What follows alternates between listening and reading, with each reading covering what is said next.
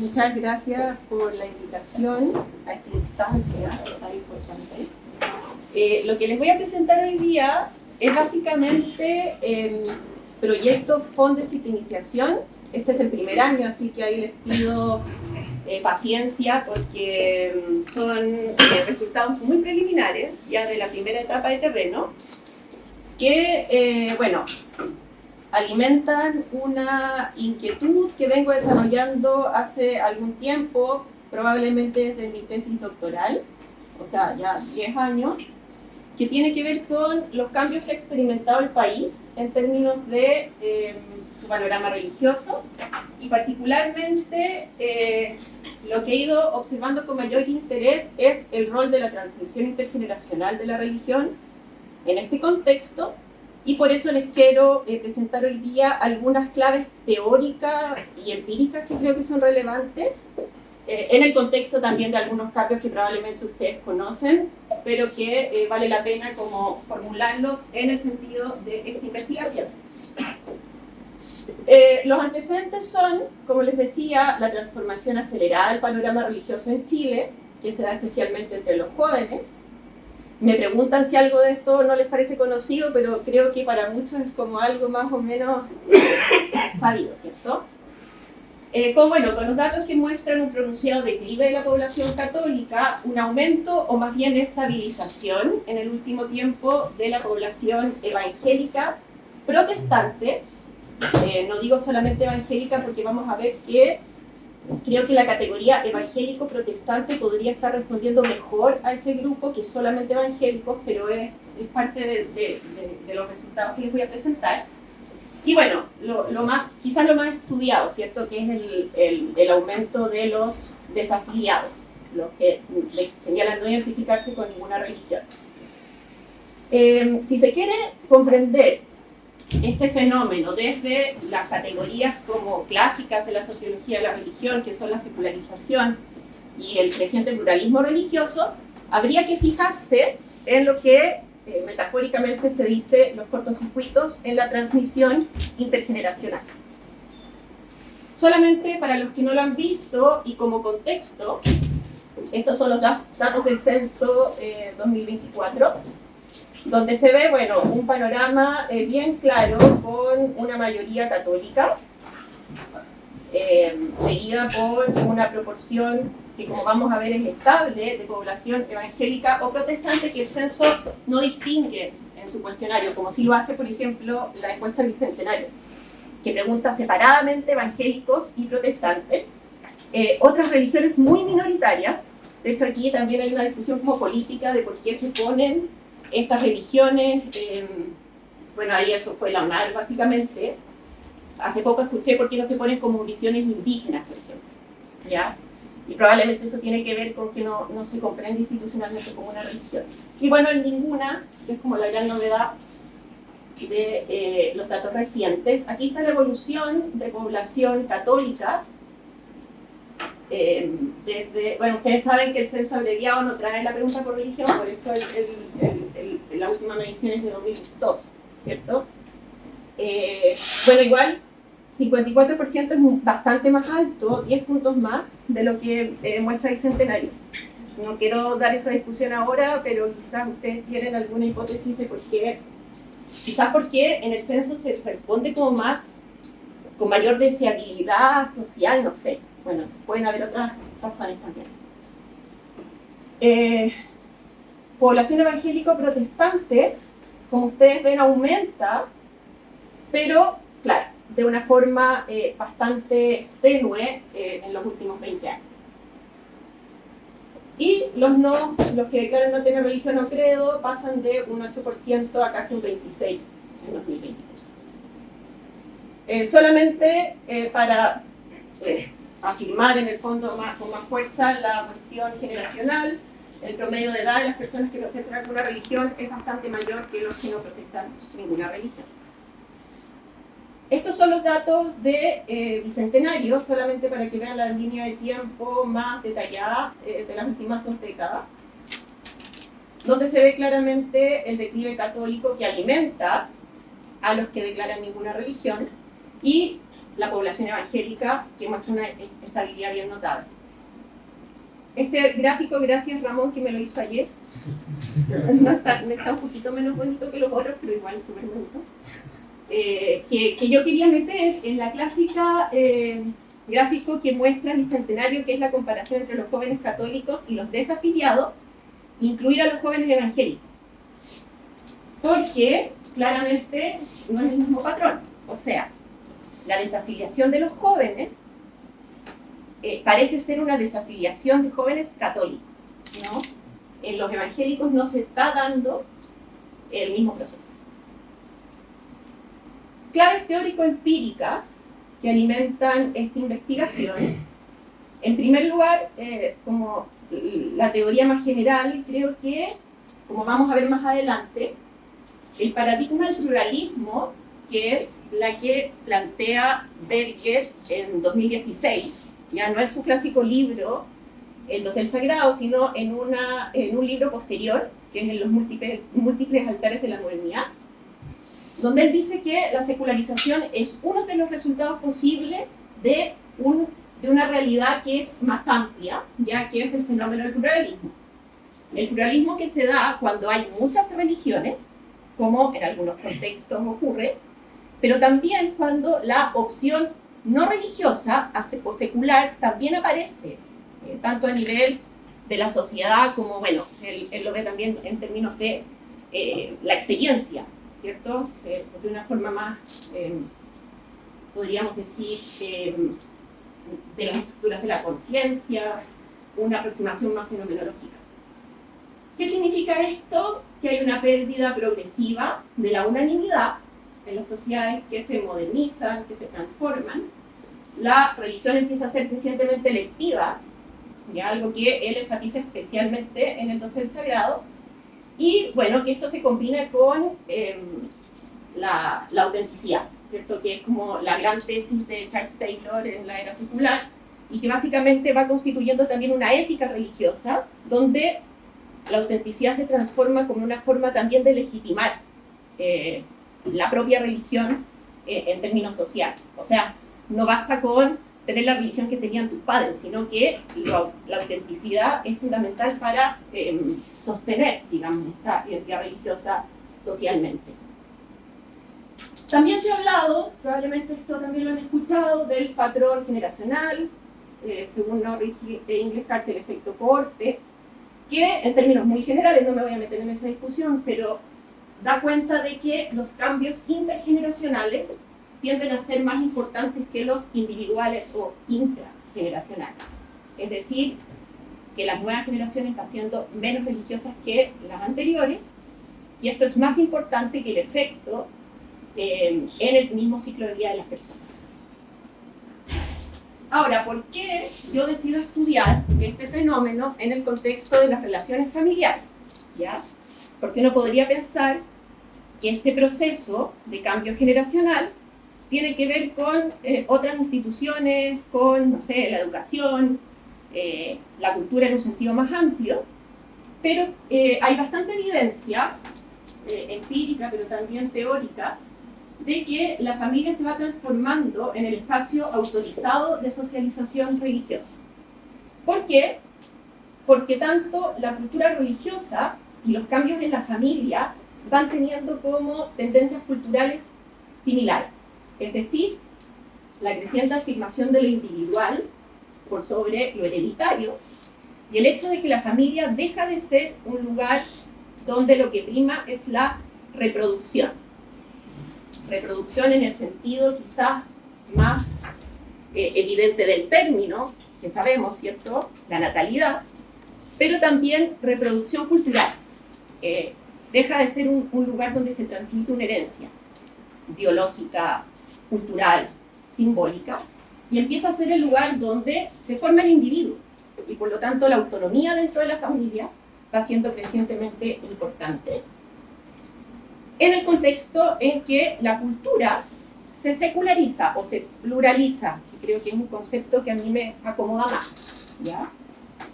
La secularización se ha descrito en ese sentido como un desmoronamiento de la memoria religiosa, como la incapacidad de las instituciones y de la cultura de transmitir una herencia, de producir lo que Villeger llama un linaje creyente, y por lo tanto esta autora, esta socióloga francesa, vincula muy fuertemente la secularización al declive de la familia tradicional, ¿ya?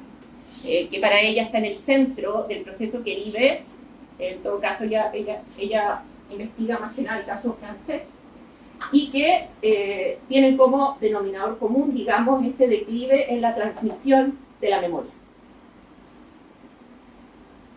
Hay una cuestión que me interesa especialmente y que es fundamental también para el diseño metodológico de esta investigación, que tiene que ver con una tesis que en general se ha explorado mucho más desde las perspectivas como de la acción racional, ¿ya? Yana Kone, fundamentalmente, que habla de la fortaleza de las religiones estrictas. Es un poco contraintuitivo, ¿ya? Especialmente cuando uno piensa en la cultura juvenil, que sería como muy poco afín a religiones que establecen como barreras de entrada y de comportamientos muy altas, exigencias muy altas, ¿ya? Y que por lo tanto se despliegan más bien como religiones contraculturales. Pero sin embargo, especialmente en el caso norteamericano, se habla bastante de que las religiones estrictas son fuertes. En el caso de Yana Kone, él dice porque tienen menos como free riding, digamos, el compromiso que se produce, por lo tanto, es más sólido.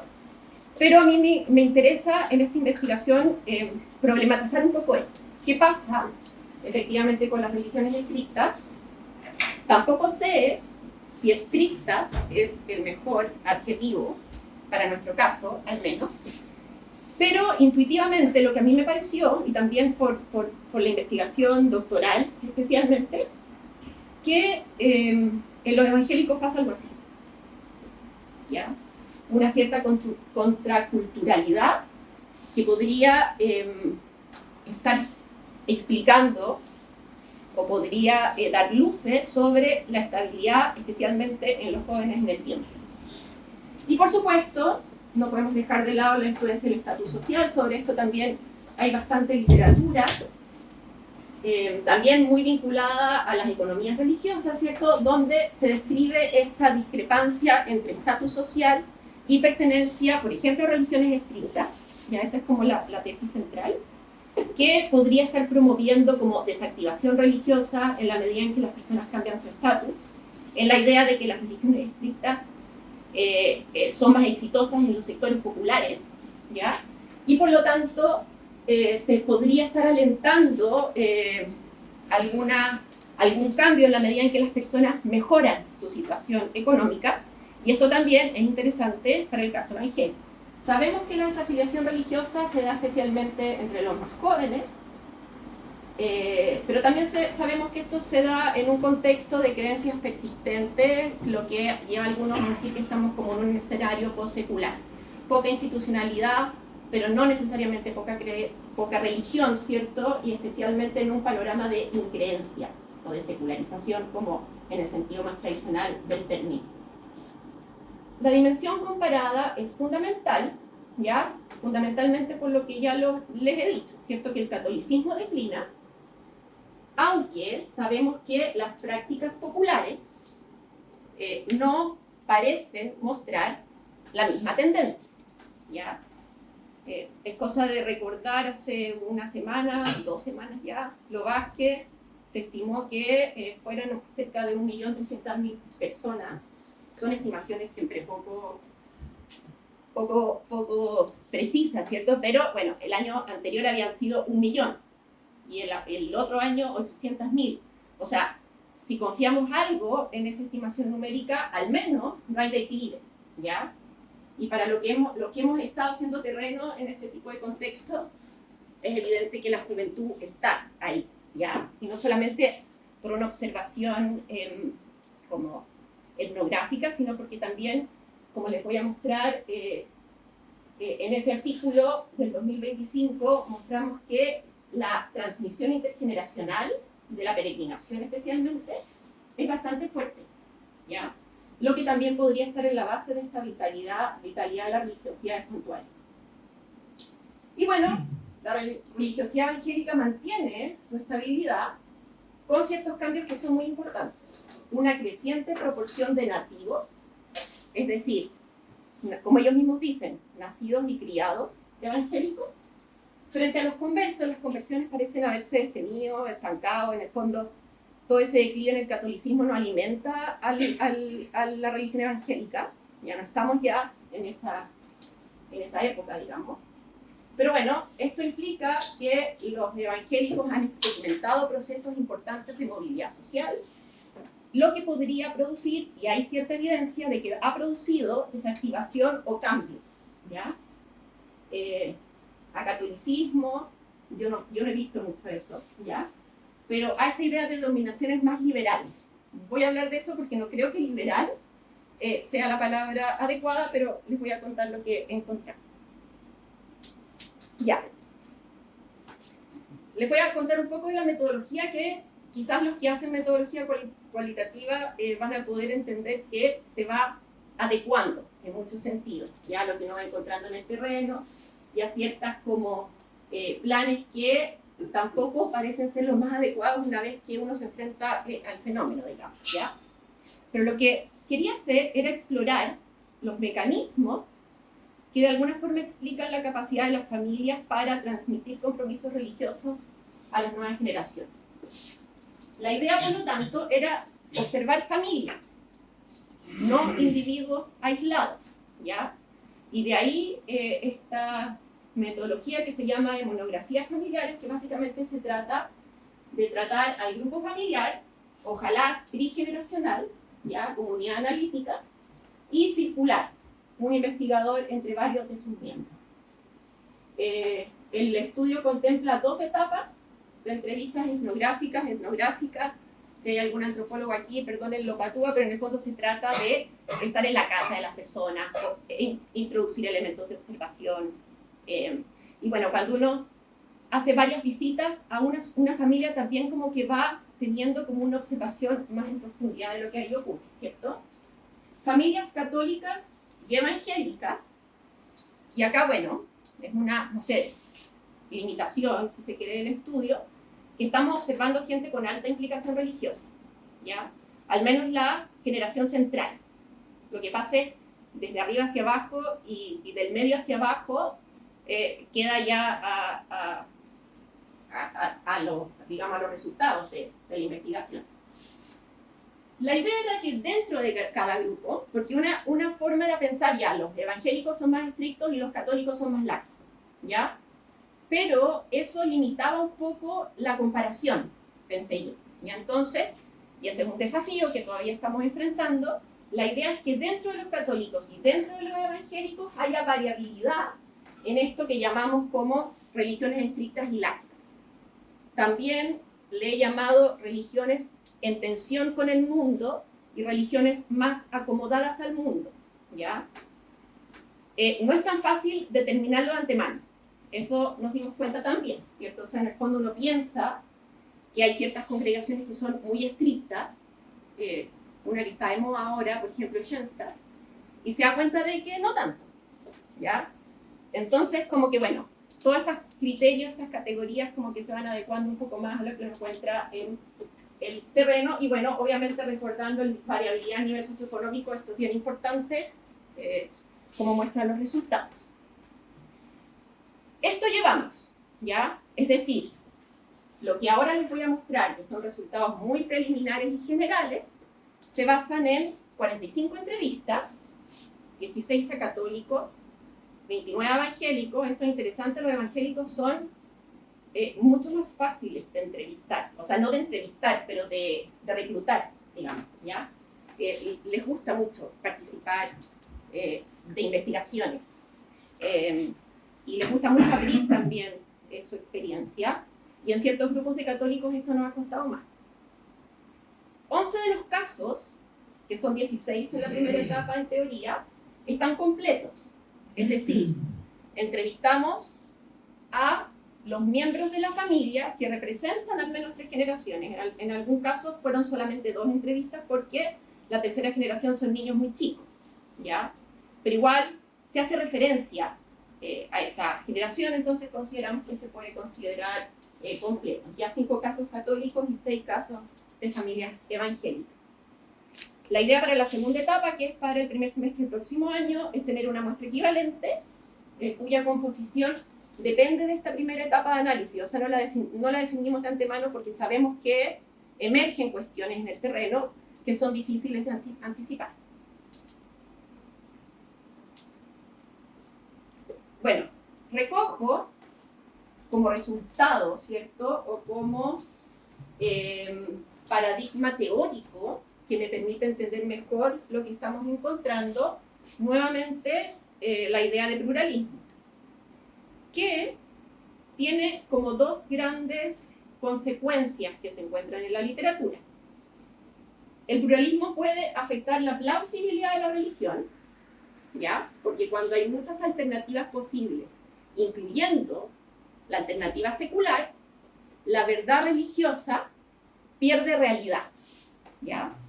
Deja de ser algo que las personas experimenten plausiblemente en su vida cotidiana. Y por lo tanto podría producir desactivación religiosa.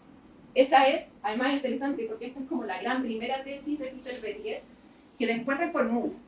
Después como que dice, no necesariamente ocurre esto, hay otros resultados posibles. Y especialmente, el pluralismo afecta lo que dice Daniel Herville-Guet, ¿cierto? La capacidad de la religión de constituirse en un linaje, de transmitirse intergeneracionalmente, ¿ya?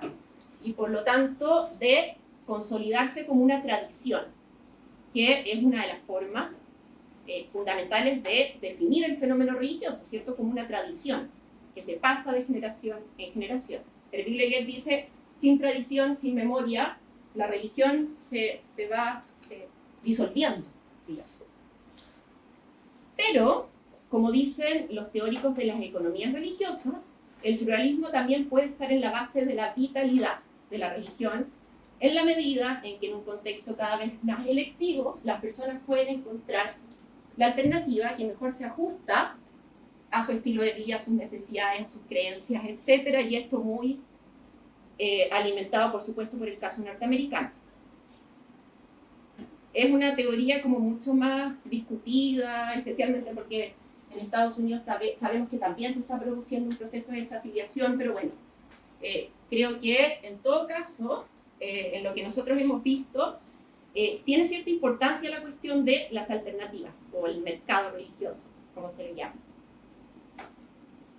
Ahora, tomo de Berger el concepto de estructura de plausibilidad.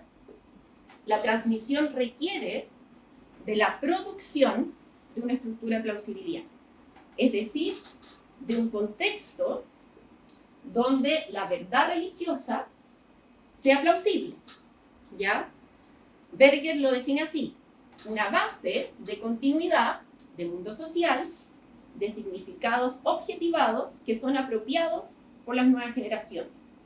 Tiene que haber un mundo religioso que sustente la experiencia de esas nuevas generaciones.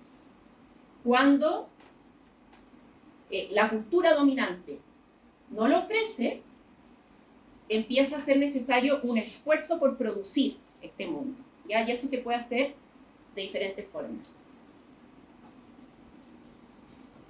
Entonces, esta es una propuesta inicial. Vamos a ver qué tanto se sostiene con la segunda parte del terreno y todo eso, pero creo que ordena de una forma interesante, que es como proponer 2 mecanismos de transmisión, ¿ya? Que se alimentan de estas propuestas teóricas previas, que están pensados como tipos ideales, es decir, no se dan exactamente en la realidad, pero sí sirven para analizar. Y bueno, ya hay algunos fenómenos que se adecuan más a la descripción del tipo ideal. El primero es el contracultural electivo, ¿ya? Que encontramos especialmente en el mundo evangélico, pero no solamente.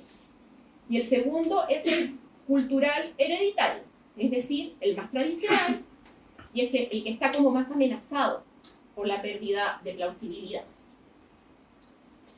El contracultural electivo también se da en un contexto de plausibilidad amenazada, y por lo tanto fabrica esta plausibilidad en una suerte de subsociedades, este concepto también es de Beria, que sirven para mantener cierta realidad religiosa.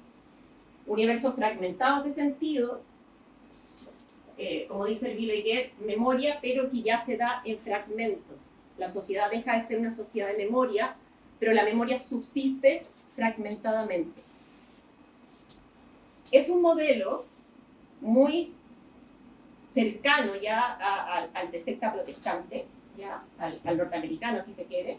Denominacional, vamos a ver que la categoría de denominación es muy importante en el mundo evangélico, donde lo que se producen son fundamentalmente fraternidades electivas, como las llama Taylor, también haciendo referencia a las condiciones como actuales de la creencia, contemporáneas de la creencia, donde lo que hay es un énfasis en la autonomía individual, no se supone que la religión es mera reproducción, y se acentúa especialmente la necesidad de que las comunidades religiosas, la familia fundamentalmente, entregue herramientas para conducir una búsqueda que finalmente es propia. ¿Ya? O sea, aquí la autonomía es de todas maneras central, aunque podamos estar hablando de algo así como religiones estrictas. ¿Ya?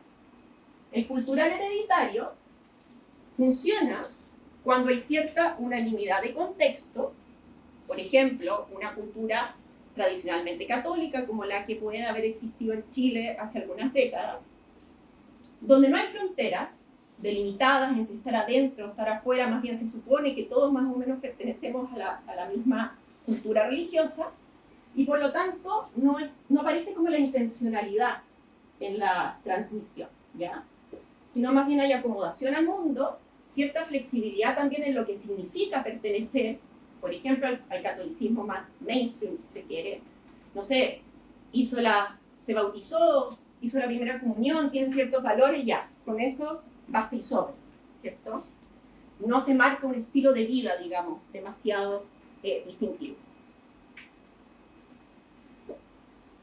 Bueno, como les adelantaba, ¿cierto? Entre evangélicos, la plausibilidad se da precisamente en contextos de subsociedades contraculturales. El evangelismo desde los inicios, ¿cierto? En Chile, se constituye como una religión contracultural, especialmente porque funciona a partir de ciertos comportamientos distintivos, que en el caso de los conversos, no sé, hace varias décadas, tenía que ver con abandonar los vicios, abandonar las prácticas populares, es decir, separarse, apartarse del mundo, incluido, como dicen algunos autores de los años 60, incluye, por ejemplo, la política, ¿cierto? En el fondo, el pentecostalismo de los años 60 es profundamente antipolítico, ¿ya? Como forma también de apartarse de todo lo que estaba pasando en la sociedad en ese momento.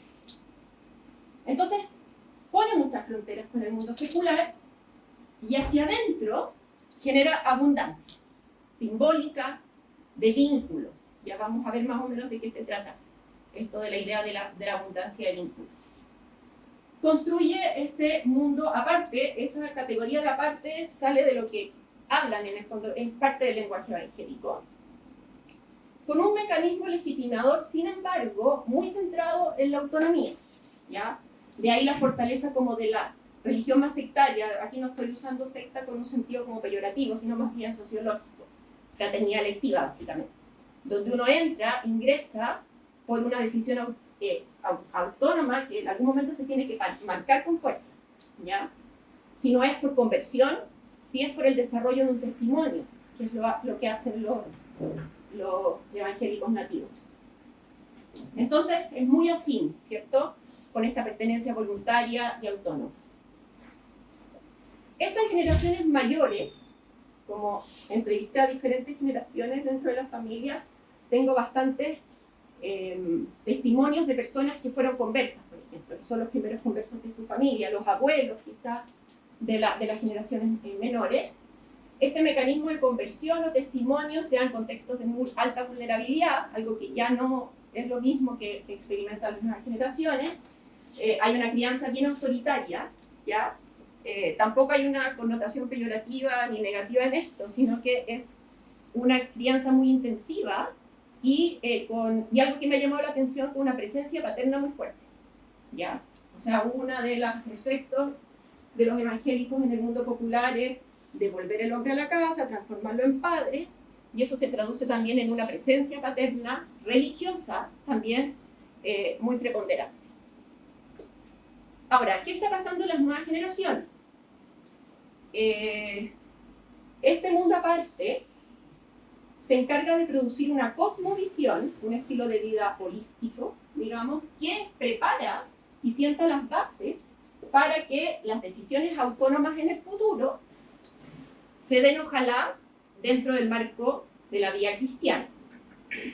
Se produce principalmente en la familia, pero en general las familias evangélicas, como vamos a ver que hay un contraste ahí con las familias católicas, son familias más pequeñas, ¿cierto? Los evangélicos no se caracterizan por tener familias especialmente grandes.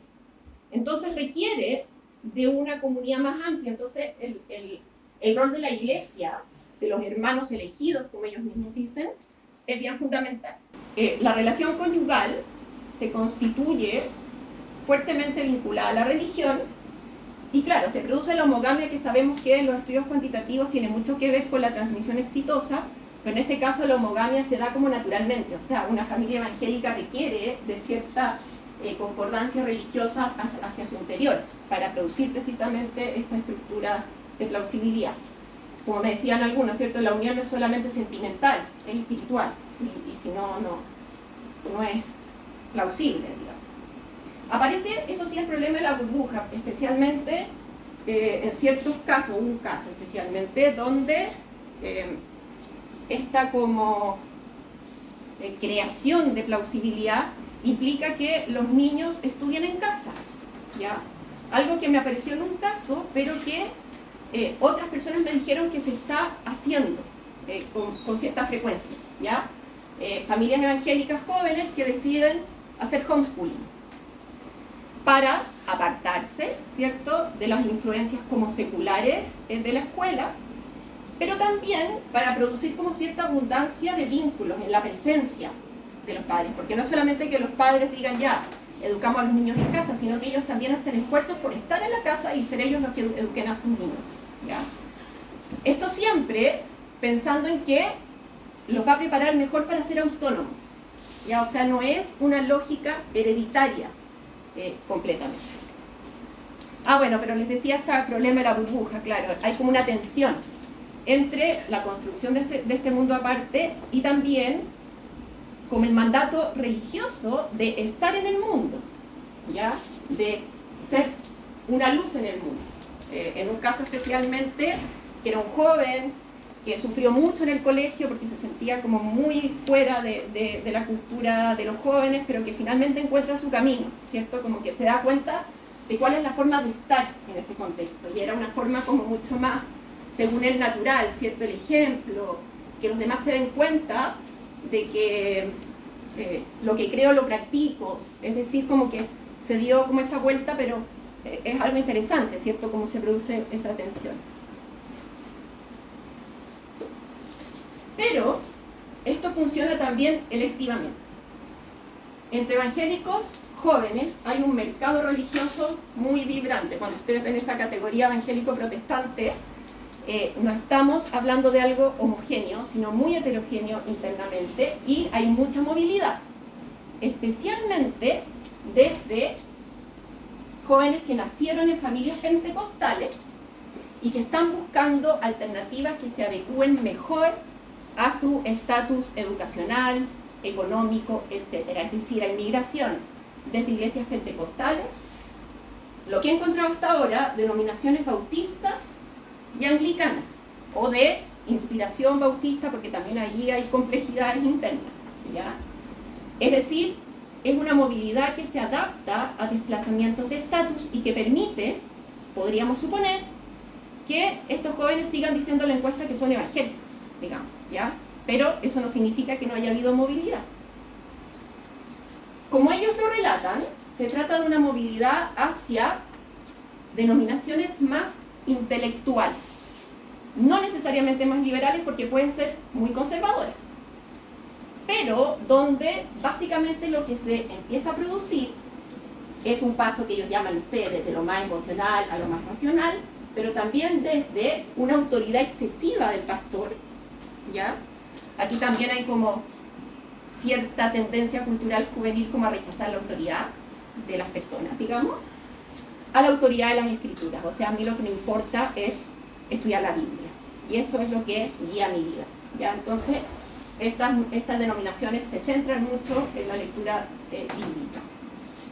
Y una fe que se hace auténtica, muchas veces en esta movilidad. En el fondo, cuando llegué a esta iglesia, me di cuenta lo que realmente es ser cristiano, ¿ya?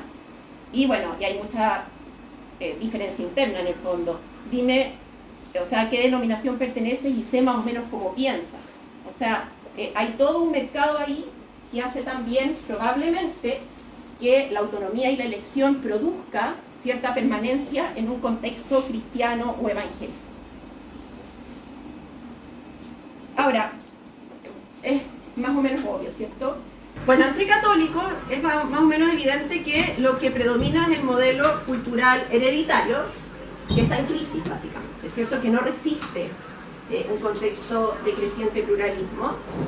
Y bueno, es muy interesante ver cómo se producía este mundo como unánimemente católico en generaciones mayores, donde hay un consenso ambiental, donde incluso familias como poco practicantes estaban más o menos seguras de que sus hijos iban a seguir siendo católicos. ¿Por qué? Porque el contexto propiciaba fundamentalmente la religión. En señoras mayores, por ejemplo, aparece mucho esta idea de que la religión no hay que aparentarla, o sea, no hay que exagerar, no hay que mostrar demasiado, ¿cierto? Como que es innecesario, precisamente porque está ahí, ¿cierto? Es como un hábitus obvio que opera implícitamente. Y las abuelas católicas como que representan mucho este mundo de la religión, del catolicismo naturalizado.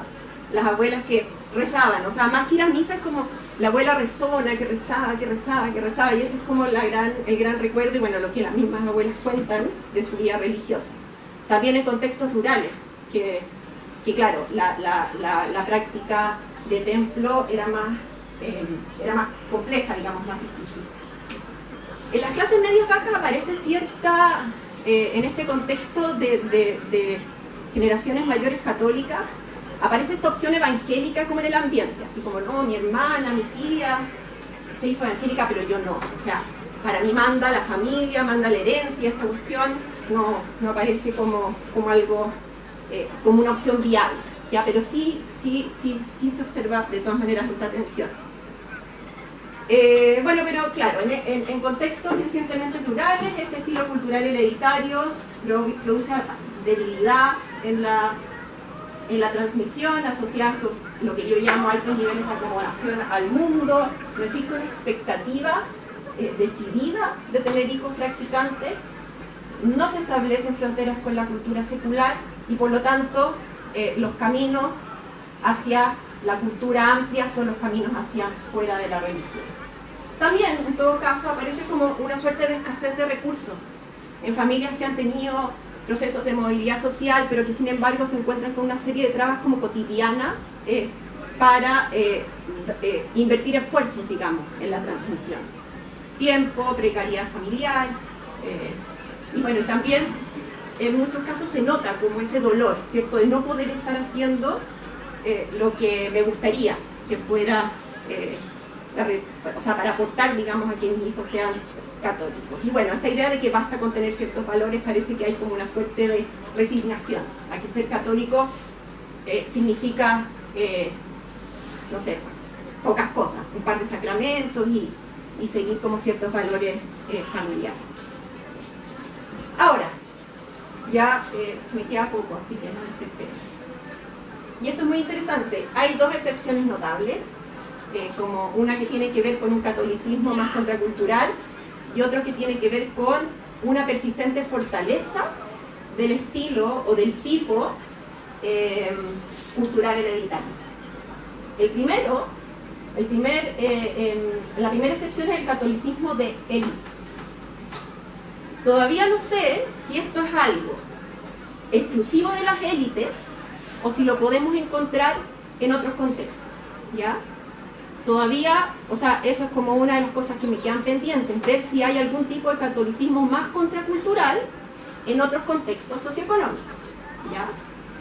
Pero bueno, aquí, cuando uno se acerca a familias católicas de élite, bastante estrictas, podríamos decir también, agregar, se observa como esta transición cultural, desde una cultura donde íbamos todos para el mismo lado, a una cultura donde es necesario ir contra la corrupción, ¿ya? Apartarse de alguna forma. Aparece una conciencia de minoría que empieza a intencionarse también a través de un estilo de vida, de ciertas formas de hablar, ¿ya? Y de, bueno, de una serie de prácticas religiosas muy intensivas en algunos casos, y también con ciertos estilos familiares, podríamos decir, que propician la constitución de esta estructura de plausibilidad. En estos casos, la familia es el espacio privilegiado de reproducción religiosa, donde hay abundancia simbólica y de vínculos. Y esta vez los vínculos tienen que ver mucho con familias grandes, ¿cierto? O sea, aquí hay algo interesante, que es como esta motivación religiosa para la natalidad, ¿ya? Obviamente aquí también vuelve a surgir la importancia de la concordancia conyugal, que era menos importante en el catolicismo más tradicional, ¿ya? Porque ahí no importaba tanto si el hombre en general era muy católico, tenía que acompañar, ¿cierto? Pero cuando empieza a ser más contracultural, la intensidad se espera también de la pareja. Y bueno, las familias grandes construyen todo un mundo. O sea, ustedes se imaginan, no sé, familias con 10 hijos, y no sé, multiplíquenlo por 3 generaciones, es un mundo entero. Un mundo de una niña religiosa. Yo pensé que los colegios no iban a ser tan importantes, pero sí lo son, ¿ya? Porque es como la continuidad también de ese mundo unánime, digamos. Está la idea de que en el mundo actual, una familia católica no puede mandar a los hijos a un colegio británico, que era como la alternativa relativamente plausible en un contexto de catolicismo cultural, ¿ya? Es decir, una niña católica donde las familias podían decir, ya, pero mejor que aprendan inglés, el catolicismo en la casa y en la familia. No, acá como que empieza a ser mucho más importante que el colegio también siga esta continuidad religiosa. Y también, esto es menos acentuado en todo caso que entre los evangélicos, pero hay un mercado en el catolicismo de élite, ¿cierto? Hay diferentes congregaciones que tienen diferentes estilos de una práctica religiosa más o menos conservadora, ¿ya? Y dentro de una misma familia coexisten miembros que dentro de ese mundo son distintos entre sí en términos religiosos, ¿ya? O sea, hay cierta electividad posible, incluyendo la opción de no participar de un movimiento, ¿ya? Entonces, bueno, también se va configurando como cierta electividad que parece como alimentar también esta idea del modelo contracultural electivo. Segunda excepción, en este caso, en un modelo cultural hereditario, el catolicismo cultural, donde se da un tipo de esta intuición o este resultado viene más bien de las investigaciones que hicimos sobre peregrinación religiosa hace un par de años, ¿ya? Donde vimos efectivamente que la práctica peregrina es una práctica que se hereda muy fuertemente de forma intergeneracional a partir de mecanismos de socialización que son poco institucionales y que tienen que ver mucho con la manda, por ejemplo, es como el mecanismo que más estudiamos. La manda se hereda intergeneracionalmente, recae sobre otros, que muchas veces son los hijos o los nietos por quienes se hace la manda y que después quedan obligados a seguir cumpliéndola. Si uno va a las peregrinaciones va a encontrarse con muchísimos jóvenes que además lo que tiene la religiosidad popular es que logra incorporar como las propias aflicciones, los propios problemas, las propias peticiones dentro de este marco cultural general que es la asistencia a santuarios. Ya en el fondo, el que asiste a un santuario lo hace por muy distintas razones, que muchas veces tienen que ver con el ciclo de vida de las personas, van cambiando a lo largo de la vida, pero se da también ese marco, ¿cierto? Ese espacio para la expresión de la propia individualidad, ¿ya? Que por ahí también puede haber algo interesante que observar. Es una ética de la reciprocidad, en el fondo dar, recibir, devolver, que no se acaba con la misma persona, sino que se constituye como en una cultura familiar. Ahora, aquí la plausibilidad, y eso es interesante, no es contracultural, sino que es pertenecer a una cultura, ¿ya?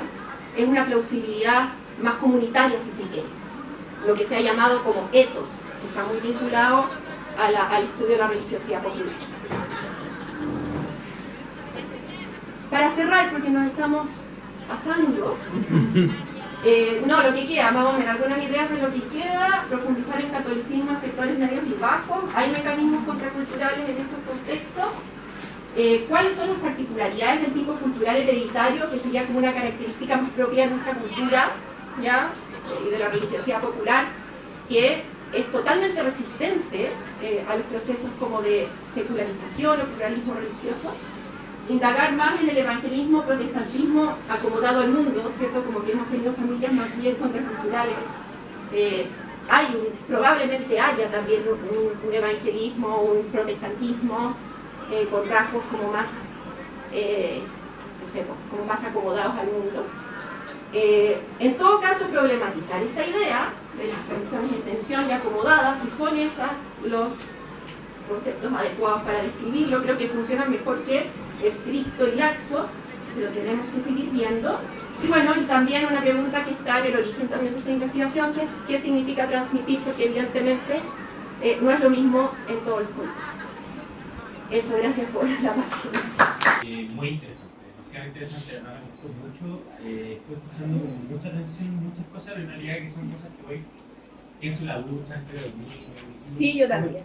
Entonces, bueno, yo tampoco pertenezco mucho a esta línea de estudio, sí una acotación que me gustaría hacer como para orientar y tal vez se puede bien un poco también los resultados preliminares, es de hecho una cita que había hecho de Inger sobre el peso de los cambios generacionales sobre la experiencia individual, a propósito de lo que había mencionado sobre la diferencia entre el catolicismo y el evangélico, y la transición que han estado haciendo, porque es lo que dice Inger, es más relacionado al comportamiento reproductivo principalmente, pero también al pensamiento en general valórico, en que en la medida en que se van solucionando las necesidades maslowianas de esta pirámide clásica, uno puede lograr autoactualizarse y lograr entrar a este mercado de posibilidades morales que hay en la religión, y eso se da estrictamente, y sobre todo en Chile, creo yo, por capacidad socioeconómica, tener plata y poder solventar todas las necesidades que uno tiene, tanto sociales como fisiológicas.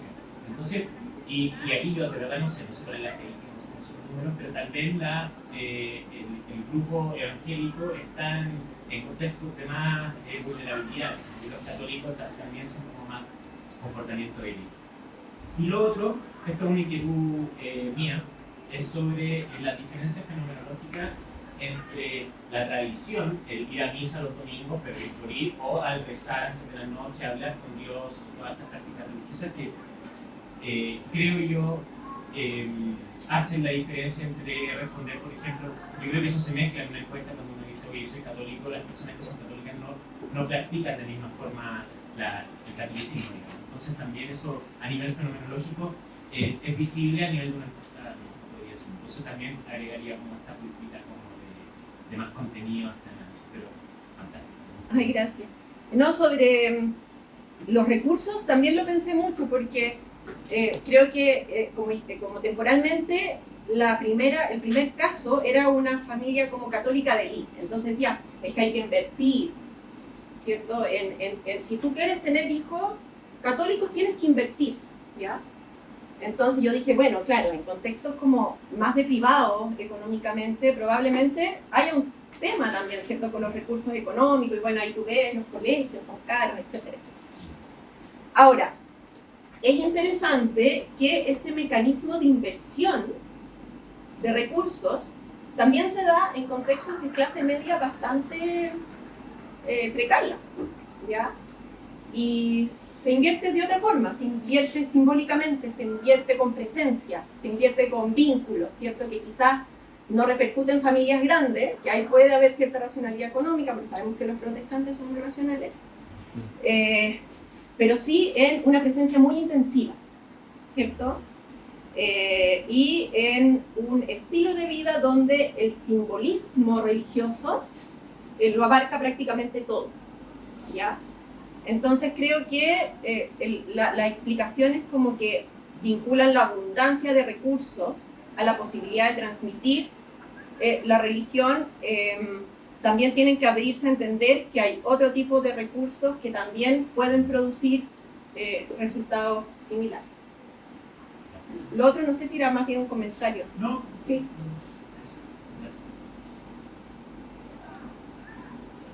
Sí. Concuerdo que está muy interesante y abarcadora la presentación. Y me preguntaba si es que la esfera política puede tener alguna relación también con estas como estructuras de traducibilidad un poco mayores, a partir como de ciertos fenómenos como de politización de la religión o religiosidad de la política que se están dando con fuerza en otros contextos y que uno lo puede ver. Cuando tú describías el caso como contracultural católico, uno decía, ahí está la política metida también. Entonces, y que en el caso de los evangélicos también es muy fuerte, ¿no? Están estos como influencers, estos pastores influencers que tienen como millones de reproducciones, qué sé yo, y que políticamente proponen un involucramiento súper activo. Y eso, de alguna forma, podría estar generando como esta mayor plausibilidad como política religiosa, claro, en nuevas generaciones. ¿Cierto? No es un asunto solo religioso, y al mismo tiempo, y hay un artículo solo de Houghton Fisher en Estados Unidos que muestra cómo esto puede estar como desafiliando a la gente más liberal, ¿cierto? Porque son donde ya como que hay cierto conflicto entre la dimensión como religiosa y política. Sí, yo he pensado mucho, no sé si tanto entonces, en el tema como el cruce de religión y política, y como que no me calzan los márgenes. O sea, los márgenes de los grupos religiosos no coinciden con los márgenes de los... O sea, quizás en Estados Unidos mucho más, ¿cierto? Claro, interesante si aquí no ocurre. Sí, yo tiendo, no he investigado específicamente en esa línea, ¿cierto? Pero yo tengo la impresión de que tienden a no coincidir. Quizás sí, quizás, no sé, en el catolicismo de élite uno puede como entender ciertos etos, porque además, históricamente, todos estos grupos religiosos, estos movimientos religiosos surgen en un momento, o se empiezan a ser mucho más importantes en un momento donde la Iglesia Católica como que se izquierdiza, ¿cierto? Algo así, como que hay cierta confluencia ahí de un proceso político y una forma distinta de producir un catolicismo que se contraculturiza por esas razones también. Pero lo típico, lo de los evangélicos, yo nunca lo he logrado ver. De hecho, dentro de las entrevistas que tengo, cuando sale el tema político, que en todo caso no siempre sale, aparecen diferentes cosas. O sea, hay mucho evangélico de izquierda, como bien convencido, como una interpretación cristiana bien fuertemente política en ese sentido. Y lo mismo en el catolicismo, no tanto en el delito. Pero no sé, es una duda. Esta expectativa como del renacimiento católico que salió hace una semana, hace una columna. Sí, por el revival. Y eso, no sé si existe ese revival o si es muy delito, no sé. Pero o sea, mira, si es que va a haber algún revival, no tengo idea, pero yo creo que va como por estas coordenadas más electivas contraculturales. No sé. Porque la religiosidad popular es más bien una estabilidad muy tradicional, ¿cierto? Como, pero bueno, no sé, es difícil saber. Habrá que ver. Javier Cifuentes, vengo del doctorado de USACH, en Estudios Americanos. De hecho, estoy estudiando sobre autoridad del sacerdote católico. Entonces, justamente, todo lo... Y te pegaste el pique, pero no voy tanto para allá, porque la sede estaba en Román Díaz. Te quería, bueno, tengo hartas ideas. Estás viendo los católicos son de parroquias, son de movimientos, porque también yo estoy trabajando con los que participan en parroquias, que a veces tienen dobles militancias, pero en ese sentido lo del colegio católico es la élite, porque son generalmente de congregaciones, de movimientos, pero preguntarte por eso, como si estás enfocada en los católicos de movimientos. No, o sea, por lo menos en el diseño, nuestra idea era encontrar familias donde la generación del medio fuera bien religiosa, en el mundo, con alta participación. No pusimos como límites más finos, porque también ahí se te complica, sí, además de tener que tener 3 generaciones de una familia, como hacer diferencias más finas, tiende a ser demasiado complejo y a veces no resulta, ¿cierto? Además que tampoco tenía como una hipótesis ahí muy clara de esas diferencias, ¿ya? Sí. Pero sí, me imagino que... Lo encuentro interesante porque Sí. en los estudios religiosos el catolicismo se olvidó. O sea, se estudia cuantitativamente, pero cualitativamente no hay, Sí. hay muy poco. Entonces, como que me gusta mucho que se esté metiendo en estos temas, y también comparto que este revival católico es más de un interés. El revival espiritual puede estar, pero católico propiamente tal no se ve. Sí, contraculturalmente. Y también preguntarte si estos culturales selectivos que tú ves son electivos porque eligen, por así decirlo, entre distintos movimientos y organizaciones internas, o vienen y salen de los espacios institucionales, o combinan prácticas esotéricas, prácticas como no oficialmente católicas, como que También, o sea, yo pensé en lo electivo más bien como muy desde la idea del mercado, que en el fondo uno pueda elegir una congregación, un movimiento, una denominación, porque en el fondo esta cuestión de lo electivo se inspira mucho más como en los protestantes, que tienen como esa lógica denominacional y de fraternidad electiva. Me pareció interesante que algo así pudiera pasar en el catolicismo, que uno lo tiene menos asociado como a cierta electividad y en realidad no es evidente que sí puede pasar, ¿cierto? Y eventualmente puede ser que se intensifique, no sé, como que las congregaciones, aquí no estoy como pensando en voz alta, las congregaciones puedan desarrollar como una identidad cada vez más propia, ya que eso es como siempre un límite, creo, dentro de cierto catolicismo, ¿cierto? Que como que limita eso porque es complicado, digamos, ¿cierto? Pero no sé, también puede ser, y bueno, y pasa también que ciertos movimientos van como siendo demasiado críticos con ciertos aspectos de la institucionalidad central y pueden producirse como separaciones, ¿ya? No sé, me parece interesante que eso se pueda como intensificar en el mundo católico, quizás, precisamente por esta lógica como más identitaria de la religión. No sé si identitaria es la palabra correcta, pero por lo menos se entiende, ¿no? Auténtica. Sí. Una duda sobre este declive cuando estábamos partiendo la presentación, que sobre todo cuando empezaste a tratar la parte del catolicismo elite, ¿no? Como que también tiene este mercado, ¿no? De catecúmenos, etc. Entonces, claro, evidentemente eso tiene esa doble característica, ¿no? Que tal vez lo hace un espacio más libre. Pero yo pensaba como ese declive, si se ha explorado, si han explorado otras investigaciones, no sé, si tenga que ver un poco con que tal vez el catolicismo menos de elite, tal vez, no sé, por movimientos de contrarreforma, los glacianos, no sé, los jesuitas, etcétera, van retirados, ¿cierto? No podría decir algo así. Digo, pero, no sé. Pero, claro, yo creo que tienen más dificultades con la transmisión. Si es que creemos que el modelo contracultural electivo es más eficaz, que tampoco lo estoy planteando con mucha fuerza, digamos, como predictiva ni nada así, ¿cierto? Es como una interpretación.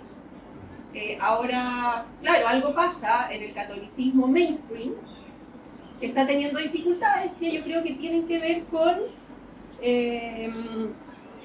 bueno, esta característica tradicional también del catolicismo latinoamericano, que es esa apertura a la cultura, ¿cierto? Que funcionaba muy bien, era una sociedad más unánime, pero que empieza a encontrar límites cuando la realidad es plural.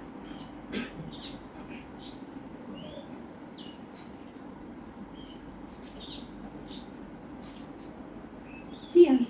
Muy bien, gracias por la presentación, muy interesante saber lo que estás haciendo.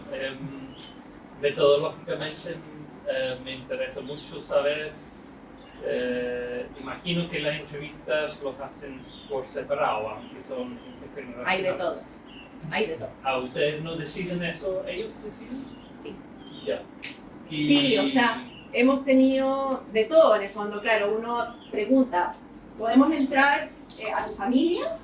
Ya, si eso se puede, ya entramos, ¿ya? Y en el fondo ahí pueden ser entrevistas individuales, ojalá en la casa, pero a veces no se puede en la casa, de repente entrevistas con más de un miembro de la familia, de repente, por ejemplo, una entrevista con una abuelita, pero la nieta está para ayudarla porque es muy viejita y como no sé qué, entonces ahí hay de todo, y uno sabe que esas son también las condiciones y a veces eso produce como límites, pero también pueden salir cosas muy interesantes como de esas interacciones. Entonces nuestra idea es captar todo lo posible en las distintas condiciones que tengamos.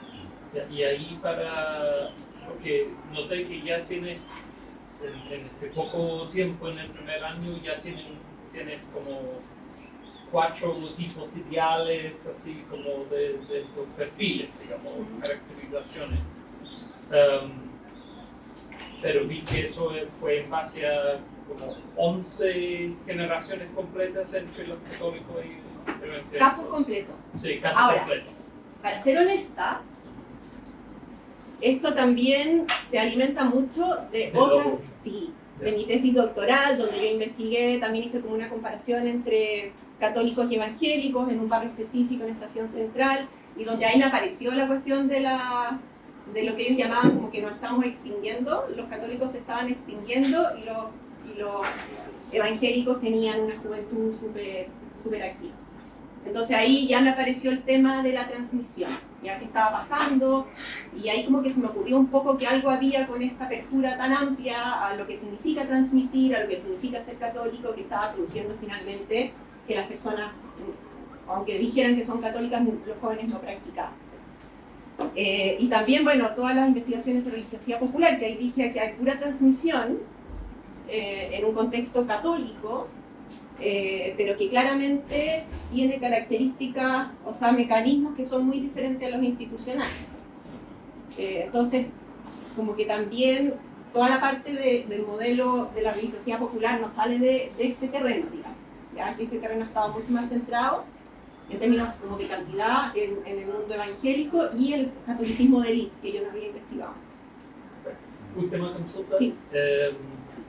¿Cómo, dentro de esa transmisión, cómo miden el nivel de cuán estrictos son estas formas? Porque eso podría ser algo que tienen operacionalizado, como estos son los variables o factores que consideramos como alto, mediano, bajo, o podría ser la percepción de la persona, y eso podría variar según... Sí, ahí sí. No hicimos ni una operacionalización, sino simplemente hicimos el supuesto de que dentro del mundo evangélico los pentecostales son estrictos, ¿cierto? Entonces como que en general entramos a familias pentecostales y nos encontramos con eso, ¿cierto? Porque no, o sea, en el fondo si es que no resultaba así, no es que el caso estuviera desechado, digamos, ¿cierto? Sino que veíamos otra cosa, nomás hasta ahora nos ha parecido eso. Y ahí empezamos a encontrar este trayecto hacia otras denominaciones, como más protestantes, mainstream o algo así. Y hasta ahora también nos ha parecido que, más que estricto, porque parece la palabra nos empezó a molestar un poco, ¿cierto? Son contraculturales, ¿ya? Contraculturales en el sentido de que se sienten aparte, que tienen una vida ordenada en torno a la religión, ¿ya? Y esto se da en contextos de personas como conservadoras, que tenemos como varios casos de jóvenes muy conservadores, que se entienden a sí mismos como muy conservadores valóricamente, y otros no, ¿cierto? Pero sí es una vida ordenada religiosamente, ¿ya? Entonces, por eso, esas palabras creo que hay que afinarlas, porque la idea es que funcionen como más bien en la lógica creo yo que estos como tipos puede ser que conceptualmente describan mejor lo que estamos contando. Y lo estricto es muy norteamericano, entonces... Sí. Hola, ¿qué tal? Hola. Gracias, Luis, yo también vengo de afuera. ¿Te moviste siempre- mucho? ¿Ah? Te quedaba muy lejos. Sí, aquí cerca, de teología. Ya viste, entonces me vas a poder corregir todas las barbaridades No, que dije de los... me he ido sumando un poco a temas de investigación cualitativa, obviamente de manera muy así como tentativa. Y yo te quería preguntar, porque veo que atraviesa no solamente este proyecto, sino que yo diría también tu investigación doctoral. Hay como una pata muy fuerte en la teoría también, ¿no? O sea, hay toda una presentación de un aparato cualitativo, ¿no? Con todos los instrumentos clásicos y eso, pero también creo yo que en tu investigación hay un desarrollo teórico que es como casi por el mismo peso que el otro tipo de metodología. Entonces, ¿cómo dialogan estos dos campos metodológicos? O sea, lo que me ha pasado, así más que como una definición de antemano, lo que me ha pasado es que la teoría te permite ver. O sea, cuando me encontré con esta idea de que, claro, como que hay alguna contracultura, de repente volví a leer a Berger, al Dossier Sagrado, que lo había leído, no sé, hace mucho tiempo, y encontré todo lo que yo necesitaba, ¿cierto? Y como que me permitió entenderlo, ¿ya? Y por lo tanto creo yo que la teoría y la investigación, y no sé, esto va a ser una barbaridad, pero quizás especialmente cualitativa, porque necesitas como una ordenación externa, ¿cierto? Para que tu investigación no sea pura descripción, porque aquí no vamos a hacer ni correlaciones, ni causalidades, ¿cierto? Como que te permiten iluminar lo que encuentras, ¿ya? Y que no se transforme en algo puramente descriptivo. ¿Qué pasa entonces con la dimensión normativa ahí? O sea, con la valoración que tú puedes estar proyectando. No, pues neutralidad evaluativa, pues bebé. Te regalé ese libro. Porque hay varios teóricos diferentes, ¿no? O sea, uno lo podría leer desde los clásicos. Sí, mira, yo igual lo he pensado, desde elegir un tema así hasta las lecturas que te hacen sentido. Obviamente también hay algo como de afinidad, digamos, ¿ya? Me imagino que algo de eso también supone que uno como investigador tiene ciertos valores o aproximaciones que hacen más sentido desde alguna cosmovisión también, ¿ya? Pero uno igual intenta ser lo más respetuoso posible de la realidad, básicamente, ¿cierto? No imponer conclusiones porque son las que a uno más le gustaría.